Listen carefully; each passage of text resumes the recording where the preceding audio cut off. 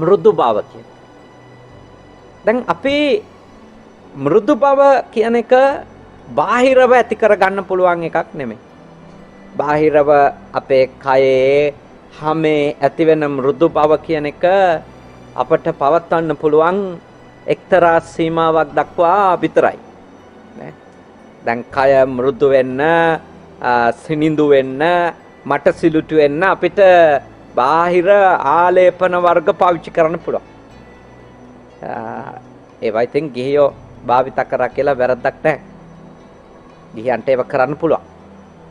හැබැයි තේරුම් අරන් ඉන්න ඕනි කායිකව ඇති කරගනු ලබන ඒ මට සිලුටුකම් මෘදු බව කියන එක ඒක දීර්ඝ කාලීනව පවත්වාගෙන යන්න පුළුවන් එකක් නෙමෙයි. එක තැනකදී අපේ පාලනයෙන් එය ගිලිහෙනවා. බුදුදහමට අනුව අපේ මෘදු බව ආරම්භෙන්න ඕනි කොතනින්ද? අභ්‍යන්තරේ. අපේ මනසින් තමයි මේ මෘදු බව ඇති වෙන්නේ. අපේ සිතුවිලි වලයි මෘදු බව තියෙන්නේ. අප තුළ උපදිනවනේ කටෝර සිතුවිලිනේ. තරහව, ක්‍රෝධය, වෛරය, ඒවා කටෝර දරුණු සිතුවිලි. අනේ සිතුවිලි අපි නැති කරගන්නවා. යටත් පිරිසෙන් මම ඔබට යෝජනා කරනවා මේ අනුන් නැසේවා කියලා හිතන, අනුන් නසන්න ඕනි කියලා හිතන දරුණු කටෝර සිතුවිල්ලක් වෙච්ච ව්‍යාපාද චෛතසිකයෙන්වත් ඔබ නිදහස් වෙන්න ඕන. ඒ සිතුවිල්ල නිදහස් වෙන්න. එතකොට ඔබ මෘදු කෙනෙක් වෙයි. ඇත්තටම කියනවා නම් ඔබ එවැනි මෘදු සිතුවිලි ඇති කරගත්තොත් එහෙම එක වෙළඳ පොලක් වහලා දාන්න පුළුවන්. එක වෙළඳ පොලක් වහලා දාන්න පුළුවන් කියන්නේ මේ දැන් ලංකාවේ මම දකිනවා මේ අර හදිහූනියම් කරන කට්ටියගේ නේද? වෙළඳ පොලේ ඒගොල්ලෝ වෙනමම ටෙලිෆෝන් නම්බර් දානවා මැද පෙරදිග සිටින ඔබ වෙනුවෙන්. ඒ කියන්නේ මෙහි ඉඳනුත් හූනියම් වලට කෝල් කරනවා. නැත්තම් මැද පෙරදිග සිටින අයට වෙනම ටෙලිෆෝන් එකක් දාන්නේ මොකටද? නේද? එතකොට ඒක ඉවරයි. එයාලගේ එක නැති කරගන්න නෙමෙයි ඔබේ සසර දික් වෙන එක නැති කරගන්න පුළුවන්. ඔබට අනුන්ට වෛර කරන එක නවත්තගත්තා. ක්‍රෝධ කරන එක නවත්තගත්තා. අනිත් එක පුදුම මානසික සුවයක් අත විඳින්නට පුළුවන් අනුන්ට වෛර කරන එක නවත්තලා දාපු ගම. ක්‍රෝධ කිරිල්ල නවත්තලා දාපු ගම. ඔබ සුවපත් වෙනවා. ඔබේ මනසේ තියෙන සාමාන්‍ය තරහට වඩා දරුණු තරහකට තමයි ව්‍යාපාදයක්. නසන්න ඕනි කියලා, ඉවර කරන්න ඕනි කියලා හිතන. එතකොට Tamanට ඒක කරගන්න බැරි වුණම් පතපත ඉන්නවානේ. මැරෙන්න ඕනි, නැසෙන්න ඕනේ. ඔය අර ලංකාවේ සමහර දේවාල වලට කියලා මිනිස්සු පොල් ගහන්නේ. නේද? ඔබ දැකලා තියෙන අර සීනිගම වගේ තැන්වල කියලා මිනිස්සු මිරිස් සම්බරන්නේ නේ. ඒව කරන්නේ අර දරුණු සිතුවේ.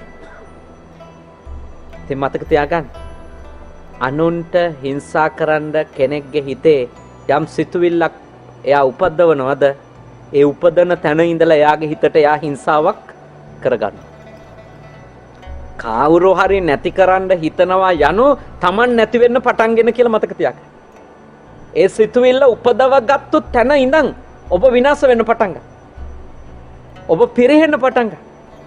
සාමේ නැහැ ඔබේ හිතේ. ඔබේ හිත හරිම රළුයි.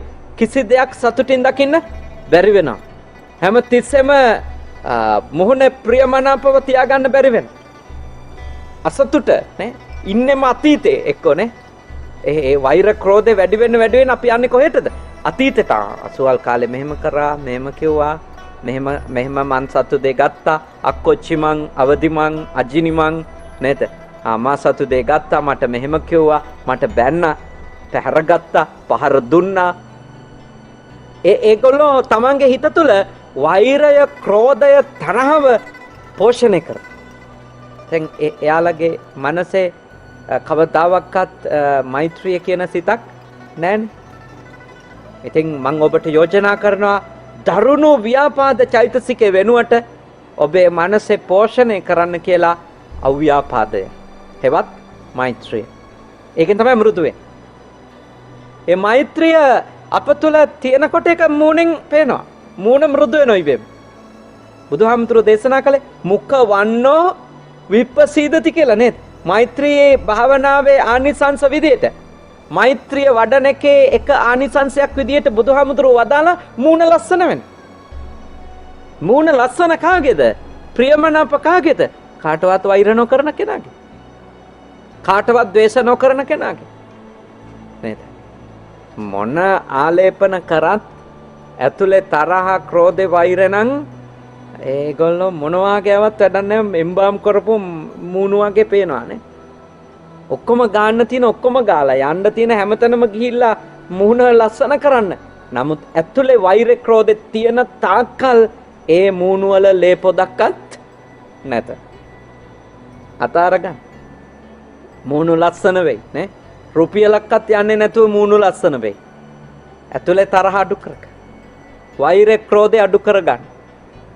බාහිරේ ඔක්කොම අයින් කරගන්න කියලා මං කියන්නේ නැහැ. ගිහියෝ ප්‍රශ්නයක් නැහැ. Taman කැමති දේක් භාවිත කරගන්න. හැබැයි මතක තියාගන්න. ඇතුළ වෙනස් කරනකන් එළිය දේවල් ටික කාලයක්. ව්‍යාපාදය කියන චෛතසිකය රළු චෛතසිකය ඔබ තුල තියෙන තාක්කල් ඔබට සුවපත් හැඟීමක් මෘදු හැඟීම් ඔබ තුල නැහැ.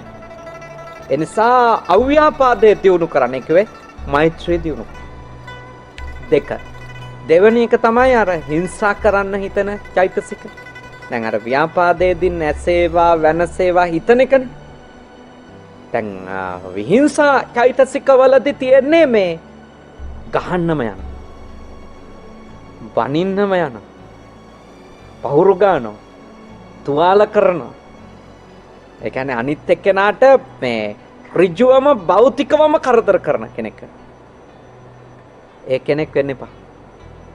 ඒ විහිංසා චෛතසිකය මං තුවාල කරනවමයි මම රිද්දනවමයි මම හිංසා කරනවාමයි කියන චෛතසිකය ඔබ තුල වර්ධනය කරන්න ඔබ බොහෝම රළු මිනිස්සෙක්.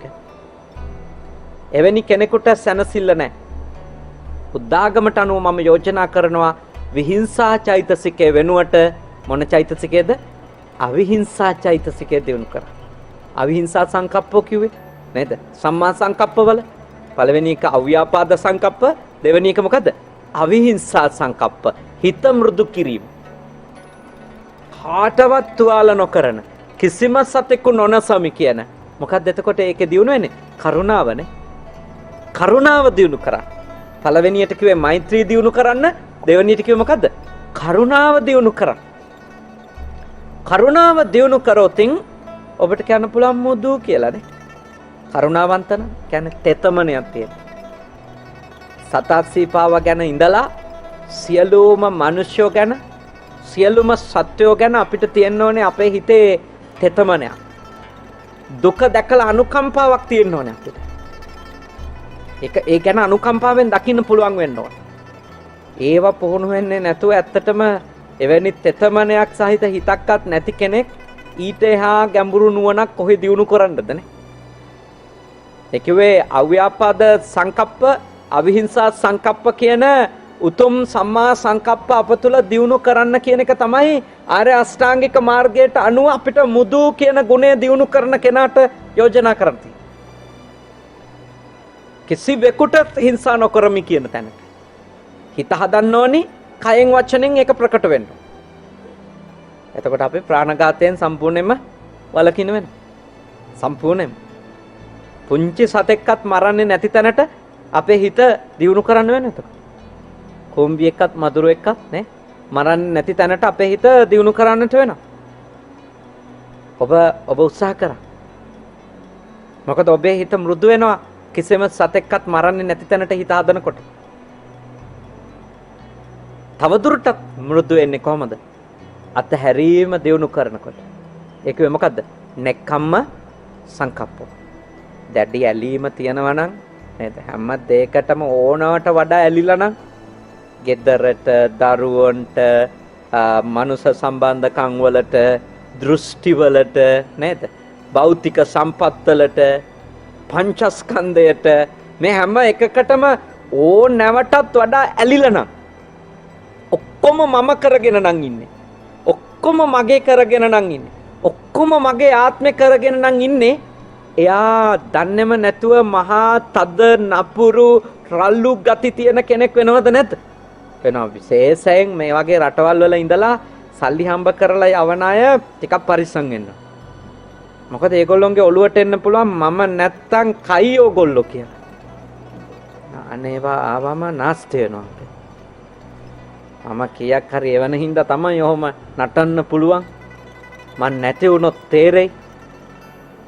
ඒ වගේ ආවම ටිකක් අපිට හිතෙන්න පටන් ගන්නවා මම වටා මුළු ගෙදරම කැරකෙන්න ඕනි. ගෙදර නම් මම නම් ගෙදර. එහෙම දැනෙන්න ගන්නවා. ඒ මමත්වය ඔබ රළු කරනවද නැද්ද? රළු කරනවා. අනිත් අය කියන එකක්වත් අහන් ඉන්න කැමති නැති කරනවා. මගේ කතාව විතරක්ම අහන් ඉන්න ඕනි කියන තැනට ඔබ පත් වෙනවද නැද්ද? පත් වෙනවා. එතෙන්ට වැටෙන්න එපා. ඒක හොඳ තැනක් නෙවෙයි. නෙක්ඛම්ම සංකප්ප. ඔබ මහන්සි වෙලා දුක් විඳලා උපයන දෙයින් හැමෝටම උදව් කරන්න. පුළුවන් තරම් අතෑරලා උදව් කරන්න. පුළුවන් තරම්. බලාපොරොත්තු නොවේ උදව් කරන්න. හීන දකින්න නැතුව උදව් කරන්න. එතකොට ඔබට ඒ මෘදු බව ඇතුලේ තියාගන්න පුළුවන්.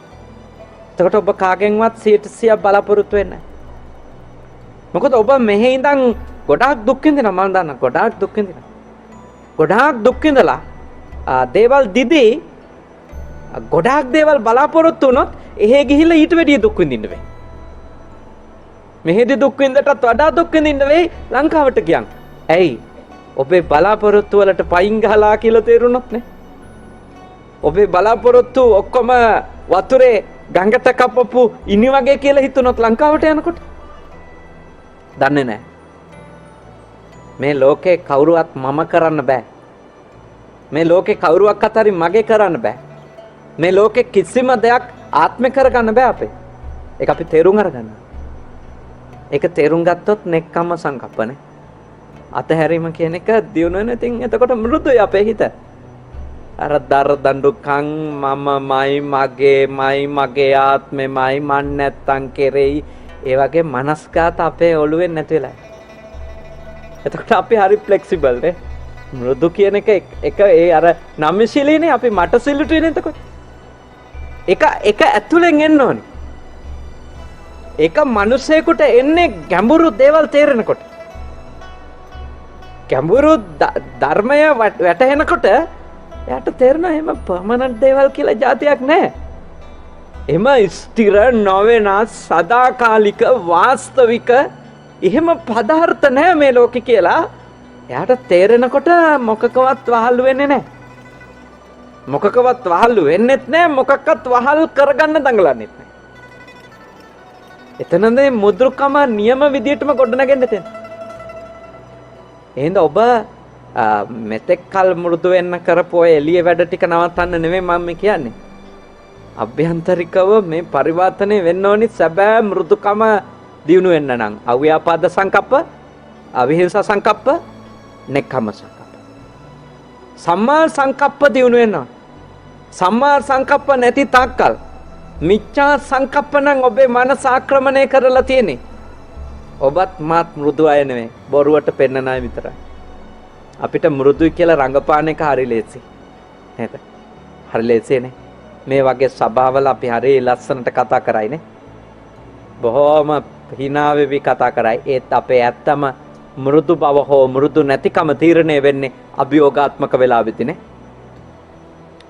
අපිට අනිත් එක්කෙනා නසන්න හිතෙනවා නම් තාම අපි තුල මෘදු බව දියුණු වෙලා නැහැ. සිහියෙන් ඉන්න. මේ වගේ තැන්වල මාත් ලස්සනට කතා කරනවා, ඔබත් ලස්සනට හොඳට අන් ඉන්නවා. මේ ඉන්න විදිය දැක්කනම් අපිට මෘදු කියලා දෙයක් පුහුණු වෙන්න ඇත්තෙම නෑ වගේනේ. දැන්ට අපි හොඳටම මෘදුයි වගේ. නිකන් අවමාන් පන්සලේ දැන් වාඩි වෙලා ඉන්න මේ පිරිස දිහා වෙන කවුරු හරි බැලුවොත් එහෙම එයා එක සැරේටම නේද කියන්න පුළුවන් මේ මිනිස්සුන්ට මොකටද හාමුදුරුවෝ බණ කියන්නේ කොච්චර හොඳද කියලා. ඒත් ඇත්ත අය හමු වෙන්නේ ගෙදරදීනේ. මෙතෙන්දී ඇත්ත අය හමු වෙන්නේ නැහැ. මම හමු වෙන්නේ මට අභියෝගාත්මක දේවල් මගේ ඉස්සරහට එනකොට. මගේ පැවැත්ම සම්බන්ධ අභියෝගවලදීනේ. ඒ හින්දා මම ඔබට යෝජනා කරනවා මේ පෙන්නන මූණු නෙවෙයි අපේ ඇත්ත මූණු. තේරෙනවද? මේ ඔක්කොම අපේ රංගනයක නියැලෙන්නේ. මේ తాවකාලික දේවල් නේ. මේ ඇත්ත නෙමෙයි. මම ඔබට යෝජනා කරනවා මේ පේන ඇත්ත කවුරු නැති තැනදිත් ඇත්ත බවට පත් කරගන්න පුළුවන් වුණොත් අන්න අපිට මේ මනුෂ්‍යාත්මේ ලබන්න තියෙන දේවල් ලබාගත්තු කෙනෙක් කියලා සතුට වෙන්න පුළුවන්. නැත්තම් මේක හුදු ස්වයං මිත්‍යාවක ගොදුරු වීමක් පමණයි නේ. අපිම අපිට රැවටීමක් වෙන්න පුළුවන්. එහෙනම් පුළුවන් තරම් සැලකිල්ලෙන් ඉන්න. තාම ව්‍යාපාද සිතුවිලි දෙන්නේ. එහෙනම් අව්‍යාපාදේ තියුණු කර. තාම විහිංසා සිතුවිලි දෙන්නේ. එහෙනම් අවිහිංසා සිතුවිලි පුළුවන් තරම් දියුණු කරගන්න.